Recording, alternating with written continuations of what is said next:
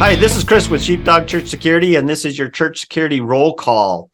Today, we're going to be talking with Simon about his new critical thinking drill cards. Probably one of the smartest, best products that has come out for church security in a long time. I think it's better than sliced bread. So without any further ado, Simon, thank you so much for being here today. Well, Chris, always an honor and privilege to be with you. And I always like to tell your listeners that by God's grace and mercy, me and you live around 15 miles away from each other. So what is the chances of that? I don't know.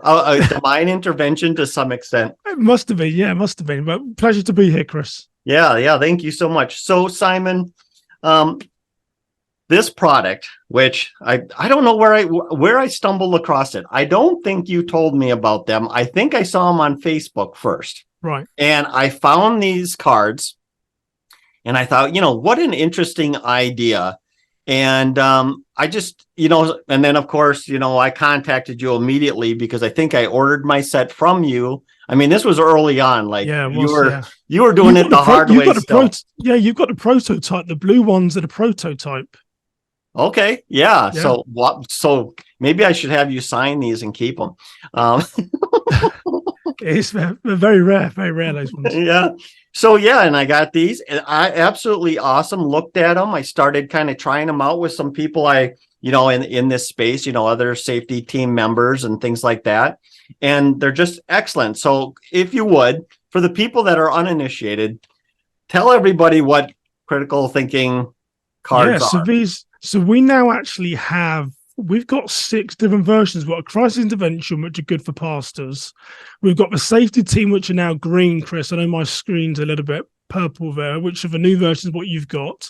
There's a suspicious behavior deck. There's the conflict escalation, which you've got. I have to send you the full set. There's now a medical deck and then a threat assessment. So there's 6. Each time I think the set is complete, someone sends me an email and says, "What about this subject?" But so the idea, Chris, it's really interesting. The idea came around about 2 years ago. I was working with one of my clients who's from quite a mega church, sort of 2,000 or 3,000 sort of per service.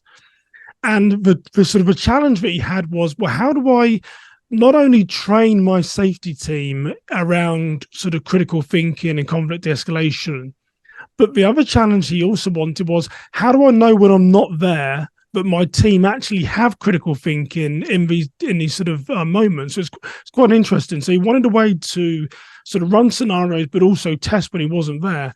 And for whatever reason, I still do not know why God put this in my head, but I found myself saying to him, if I made like a deck of cards that just had some simple scenarios on them where you could say, ask Simon a question, ask Chris a question, you could sort of test his knowledge, and then you could also see how he's going to respond to see if he has critical thinking. Yeah. And Josh just said to me, Simon, if you make those cards, I will buy them. And that's really where the idea came about. And it took me a long, long time to get all the scenarios together, then try and find a manufacturer to put them together. And we released them in about sort of April, and they really resonated with people, Chris, and people are finding them incredibly useful to just have that quick popcorn question before service to ask yourselves, most of the questions say, well, how would you respond? So, they've been very successful. And like you say, they seem to have resonated with people, and you're not the first that said that these are the best things in sliced bread because, people like them. They're absolutely brilliant. And so I'm just going to grab one so people can, I'm going to try to pick a small one. And this is not a pop quiz for you or anyone that's watching this video, but I just want to see if we can get kind of an idea as close as I can get and maybe still get focused. But basically what they are is they'll have a little thing on here. Like in this one, it says, you receive a report that a person returned to their car to find someone had dented the door. What would you do? Yeah. And really what it is just a simple, brief exercise to think through the situation, right? I mean, that's really all it is. And so if you're talking about, you testing people, if you want to put it that way, that's a way to do it. You're testing people, if they've been trained, what their answer would be. I think it's good critical thinking is actually how you label it, because even though somebody's fully trained, it might not be the process, right, that they need to learn. It's they know the process, they just haven't really thought through it. Put it through, yeah. And it's interesting. So one of the cards in and I won't be able to find it quickly, but one of the cards in the conflict de-escalation set, and all these scenarios of actual real life, I should say, people have sort of over the years, I've collected them or people gave them to me. And one of the conflict de-escalation was that there's an RV parked in your church parking lot in the corner of the parking lot. And you go over and the person is aggressive, they're shouting and screaming, and you sort of come away a little bit deflated because they've made out like you're doing something wrong, but they're in their RV in the parking lot. And I posted this online, and so many people, Chris, were saying, well, call the police, get them out, call 911. You know, they've got no permission to be in your church parking lot, and here's what I would do. But what I sort of led him down that garden path a little bit, Chris, because then I then said to him, well, have you considered why is someone living in an RV in a church parking lot in the first place? And I said, what I would do would be I would re-engage, get a cup of tea or coffee. I would knock their door. I would introduce myself. I would say, sorry that I offended you before, but I'd love to understand a little bit more about who you are, and come at it from a ministry angle. And then everyone, Chris, said, well, I hadn't thought about that. He was just in our parking lot. You know, so you've also got to insert a bit of ministry into these questions as well. There's the security aspect, but there's also the ministry that a lot of people hadn't thought about. Well, why is that person living in an RV? What are their hard times? Can we help them as a church? And also, not many people, Chris, would do what I did, where I said I'd walk over and apologize. They shouted at me, but I would say, I'm sorry that I offended you, but I really want to understand how I can help you or why you're here. So, yeah, there's a lot to these questions for sure. Yeah, and that's an extremely good point. You know, as the leader, you know, you probably, through your contacts with the leadership of the church and stuff like that, you probably have a very good understanding of how safety team is a safety ministry, and you're an extension of the church and the goals and mission of the church. And so this is a way for you then as a leader then to present these cards and then have that kind of conversation with your team member. So maybe they do come across, say, hey, you know, this is how I would deal with it. And you say, well, you're right as far as procedure is correct. However, now let's throw in that ministry bit and let's talk about this. It's kind of that 1 minute manager kind of stuff. As the leader, we have to constantly be casting the vision of the safety team. And if the vision of the safety team includes ministry, which I think it should, and being a representative of Christ, well, this is how you find out where people are mentally. And then you can make those modifications, those corrections, or if nothing else, have a further conversation that maybe brings them closer to that ministry mindset as opposed to the security mindset. Yeah, absolutely. Because the second part of the challenge that my client Josh gave me was, well, how can I sort of test their critical thinking? You'll find holes perhaps within some of your procedures, and you'll find areas where you need to sort of refresh or give them the knowledge. And there's a lot of gaps where you might have to say, what would we do in this situation? Another challenging one that Cole Chin challenged me for a few weeks ago when I spoke to him on the FBSN was the issue of the transgender. When you find a transgender in a bathroom, in a restroom, and someone doesn't want them there, you know, how do you come at that from a ministry angle? Perhaps the stance of the church, and both sides are unhappy. The person who's transgender is unhappy because they feel they should be in there. The person who's in the restrooms are unhappy because they feel that person shouldn't be in there. And you're there as the safety person in the middle trying to resolve this situation. So they raise a lot of questions. And another thing that you haven't asked me yet, Chris, I'm sure you will do, is they don't give the answers. And right now they're not designed to give the answers. Yeah, and I think you're brilliant on why you don't give the answer. Do you want to explain why you don't give the answers? Yeah, and I think one of me and Chris were just talking about this before we started to record this podcast, is there's so many different options and there's so many different answers based on your faith community, based on who you are, based on your upbringing, based on your way of life, based on how you operate. Most often, there isn't necessarily a right answer, Chris, is there? There's just a sort of better way to do it. And I think by giving people the answers, I didn't want them to feel forced that this is the only way to do it. So they're really designed to challenge your critical thinking, test your decision making and judgment, and really leave it open-ended for you to say, well, how would I respond? And do I need to reflect afterwards? Is there anything that I'd do differently? So I don't think as yet, Chris, we're going to give the answers for that reason, because we want people to look at this about internally process. How would I respond in this incredibly challenging situation? Yeah. And quite frankly, too, it would be, it's almost like you can't completely answer the question. I mean, especially if it talks if it touches on law at all, the law could be changing today, and you wouldn't know it.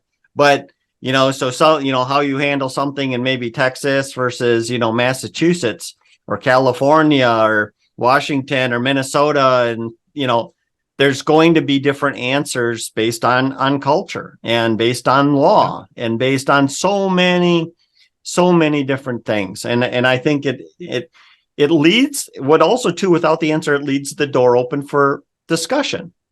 Yes. And that's what we really want. I think real learning happens in discussion. Yeah, absolutely. And maybe we call them decision decks, but maybe they should be discussion decks, because you're right. One of the suspicious behavior cards. I mean, you can't have a deck without having the backpack. Everyone is concerned about, do we let the backpacks into church? Do we not? And again, those are very unique. There's a lot of churches that I work with that understand, well, the backpack isn't really the threat. It's the person who's got it in and what's their intent. And there's others that say, we're going to search that backpack straight away. So, there's just so many different nuances to just reflect on what is the best way to resolve this when we're in the moment. There's various different answers you can take. There's also another, I don't know if this is a question, but you can comment on it, is one of the things that I think is so important about these cards. So I'm a trainer at heart. I want to train the practitioner. That's who I am. And what I like about these cards is part of training is not necessarily just getting the instruction. Part of the training, where the real training almost occurs, if you will, is what they call mental rehearsal. Yes. Where now it's more than me just saying, it's more than just, hey, this is the steps 1, 2, 3, and 4. Instead, you're actually thinking through the steps. So, I encourage people on patrol all the time to ask themselves, if this happened right now, what would I do? From where I'm standing right now, as I'm walking through the lobby, if there's suddenly I got called for a medical in the children's ministry, what would I do? Okay, well, I'd have to assume, who's calling me? Is the children's, is a children's volunteer, or is it another safety team member? Because if it's another safety team member, they're probably already starting first aid. So that means my job is to go get the med bag and then bring the med bag to them and start helping that way and thinking through that process. Or, well, if it's actually one of the volunteers in there, that means I need to run directly there, and I need to have my other team member grab the med bag because I might be closer and I need to start, first aid. But it's that mental rehearsal, and the more mental rehearsal you do, the more it's in you. So then when the event happens, it's like, I've thought through this kind of event or similar events, a dozen times or 100 times or whatever. So now you're just responding. You don't have to think about, oh my goodness, someone's having a heart attack in a sanctuary. What do I need to do again? Oh, I suppose I need the AD. Where's the AD? So we definitely mental rehearsal. And you're absolutely right. And I think you're a former military guy, so you might say Simon that wasn't the Marines that said this, but I've always understood that the Marines have said the body can't go where the mind hasn't been. The body can't go where the mind hasn't been. And if you think through these scenarios, as you say, you're building your muscle memory. And I would say between the 6 decks, 59 in each, if you can read these questions and start to formulate answers in your mind, most things, Chris, I believe most things in ministry are going to come that little bit easier to you, because as you say, you thought through. And that was another reason. That's why there's now so many decks. Someone actually said to me recently, well, should there be an active assailant deck? And I think, well, that's an interesting question. I'd have to get some research on that. But yeah, I believe if you can think through these scenarios, it's so much easier. And we know this, we're both former police officers, right? You know, you go to a domestic or an incident the first time, it might not go how you want it to go, or you think, I wouldn't do that again, or I wouldn't say that again. And then you learn each time. So, you know, 5, 6, 7 times you've been to a domestic, you're walking in the door like you know the outcome beforehand, and that just comes from that muscle memory. And I think that's what these decision decks really give you. It also boosts your confidence, I think, Chris. It'll give you the opportunity to boost your confidence, yeah. And you know what? Confidence, I mean, we never intended to talk about this, but I'm going to bring it up. Confidence amongst volunteer safety team members it can be low. And I think it can be a real problem because, you know, they're not getting the training and the experience they need to have that confidence. And I know a lot of people, maybe our instinct is to throw that in the realm of firearms and violent intruder and all that kind of stuff. It certainly applies there, but it also applies to something far less dangerous. And that could be a disruptive person in the lobby because the kitchen undercooked their hot dog. Yes. And so they're upset. They're having a moment. And then we go, you know, it's like somebody needs to tell them to calm down, of course, we never tell people calm down, but you didn't get my point. Someone needs to get control here and, you know, make sure that this doesn't get worse and, you know, mitigate the risk and all that kind of stuff. And then you kind of look around and you go, oh, that's me. I'm the safety team member. And then it's like, oh my goodness, I'm going to approach this person that I don't know and try to use verbal de-escalation to calm the situation. And I think a lot of people at that moment freeze. Yeah. And I only got 2 decks. I need 4 I'm going to send you more. I'm going to sign them for you. I'm going to send you the complete set. There you go. And I'll display them over here with my books. Yeah. But yeah, so I mean, this is part of the I'm going to say, Chris, just follow on from what you said. I think, and this is where our prior experience as law enforcement, you in the military as well, also helps, is sometimes it's saying to the person, how did you get there? You know, so someone might have said, well, I searched for bag. I didn't search for bag. There was an unattended item. You know, it had a strange smell. It didn't have a strange smell. So I chose not to search it. But the question is, talk me through how you got there. Can I see the steps? So if someone just goes up to a bag, it's unattended, they pick it up.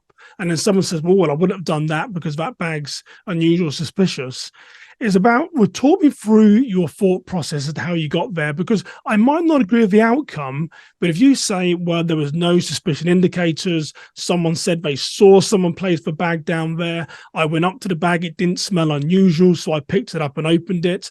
Again, someone might disagree with the outcome, but when you talk me through your steps, I can see the logic behind it and say, well, actually, you made the right decision based on everything that you know. And I think the cards also empower you there as well. It allows you to sort of test the thought process. This is that critical thinking. Just tell me how you got there.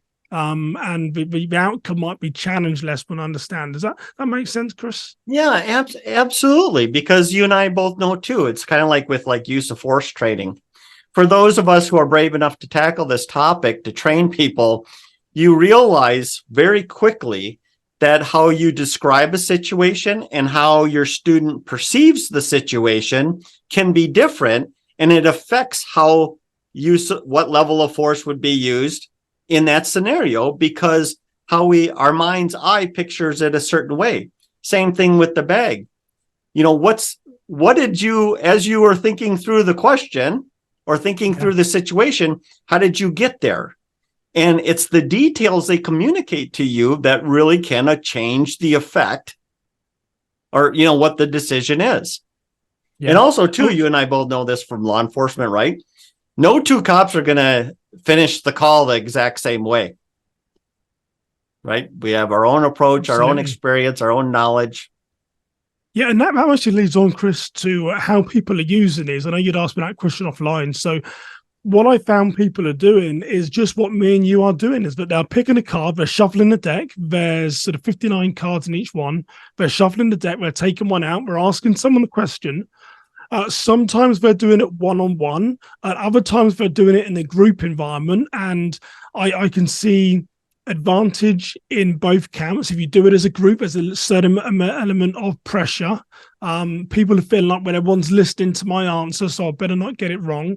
And if you do it one-on-one, it opens the dialogue for some deeper conversations. But they're really just shuffling the deck, picking a card, asking someone how would they respond, and they're listening to their answer, and they're either finding the gaps, or they're using it as an opportunity to say, well done, that's what the church would want you to do in that situation. There's cards in here, a man is assaulting a woman in the parking lot, a woman is assaulting a man in the parking lot, there's a child being assaulted. Each different scenario really forges different emotions as to how you might respond, but the key denominator is, as I mentioned, the difficult transgender question earlier, you've got to remove yourself. You've got to remove what's my view and opinion, and you've got to say, what is the church's stance on what I'm trying to resolve here, and what is where is the ministry in what I'm seeing? Because quite often, if we don't remove ourselves, that becomes too much of our own sort of opinion, and we can start sort of getting things wrong. Then we've got to say, what would the church want me to be doing here, and what's the ministry in this card? Yeah, definitely the ministry component. And something I was thinking on while you've been talking so far today is, as a leader, so for all of you out there in the audience that are actually leading your safety teams, your safety ministries, what I think this can also do for you as the leader is it can actually help you build your confidence in your team's training and response. If if let's say you're doing it one-on-one or in a group, it doesn't matter. And you're having these conversations on a regular basis, a new card, a new conversation, a new card, new conversation. Every time you as the leader leaves that conversation, the confidence level of your team members increases to handle that kind of situation, whatever the card of the day was, and you too as the leader. And so sometimes leaders are a little tempted to micromanage and feel like they have to be at every event. They have to work every single Sunday. And the reason they're doing that partly is because they don't have a great deal of confidence in their team. And so they feel like they have to be at every single emergency event. But the more cards you do like this, the more you can peel back because you have complete confidence in your team. And your team will do stuff because they have confidence. Well, and I tell you, so you showed the damage to the vehicle card earlier, so you find the vehicle's been damaged, and then you look on the CCTV and you find out, well, was it done intentionally? Was it not done intentionally? Does the church approach that person? And we had this, you've been to my church before, Chris, we had this at my own church on our Wednesday youth ministry, that a child stole an iPhone. And my facilities and security director rang me and said, this is what's happened. We think we know that the kid that did it, should we call the police? Should we not? I said, well, let's talk this through. And we spoke about, who the child was from, disadvantaged family, low income, weren't too sure where the kid was on the faith journey, but it was coming to the Wednesday ministry. And we said, well, if we ring the police and they come around and arrest that child, what's going to be the effects on that child's future? Will they come back to church again? Or is there another way to minister? And again, here's where someone might challenge the outcome, but we chose not to notify the police. We refunded the phone to the person who had their phone stolen. And we said, let's keep that child close and let's lead them closer to the Lord to say, there's a different way to lose your life.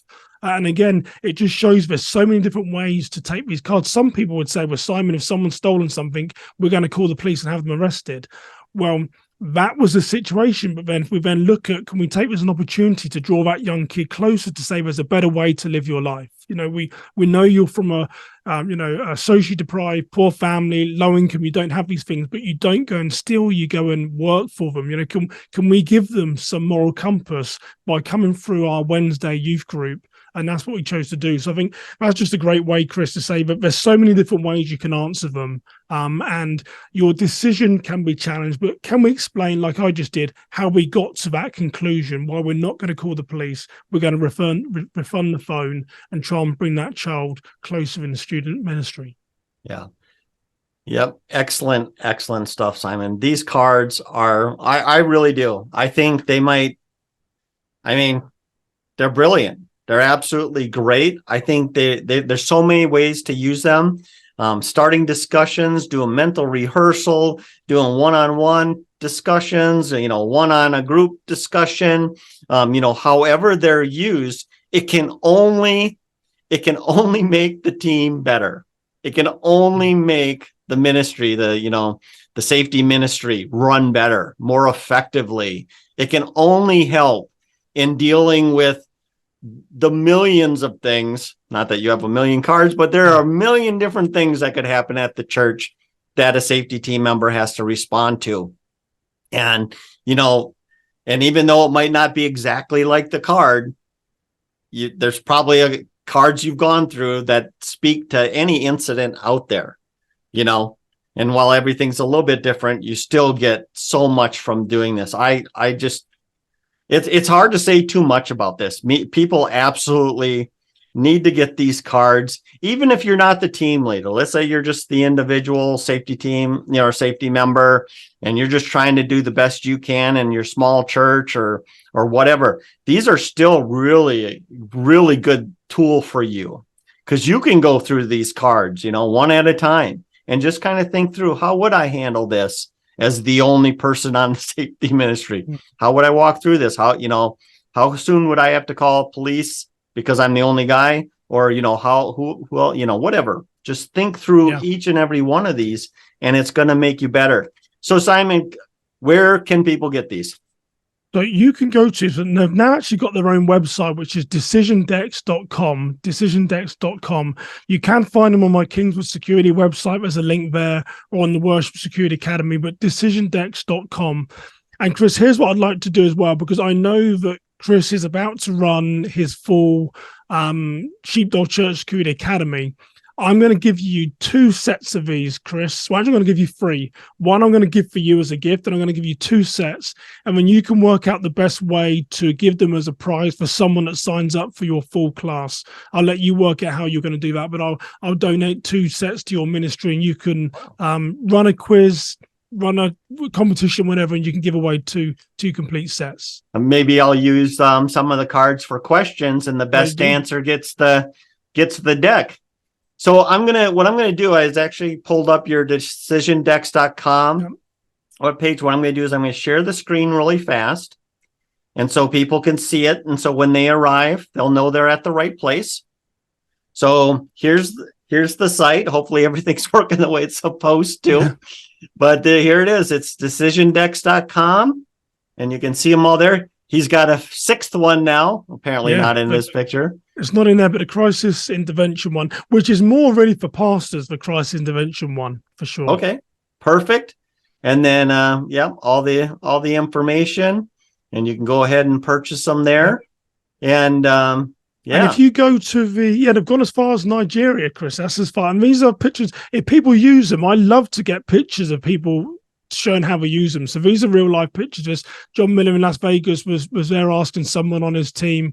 Charles Keku in Nigeria, and Jim Hancock, I think he's in Georgia. So awesome. I love to hear stories of how people are using them. And Chris, if you quickly go to the About section as well, click on the About. In there, it tells a bit of a story that I mentioned as to how I came by these. And there's a nice picture of me and my family at the bottom there. So it's important to tell people how I came up with this idea. So there's my wife and my two sons.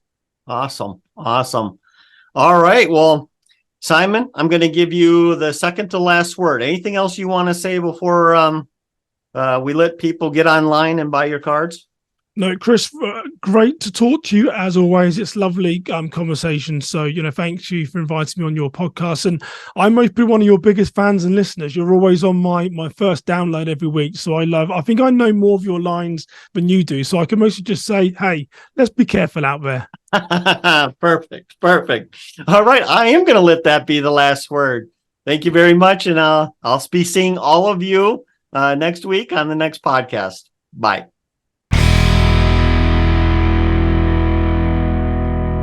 This program is made for informational purposes only and should not be taken as legal advice.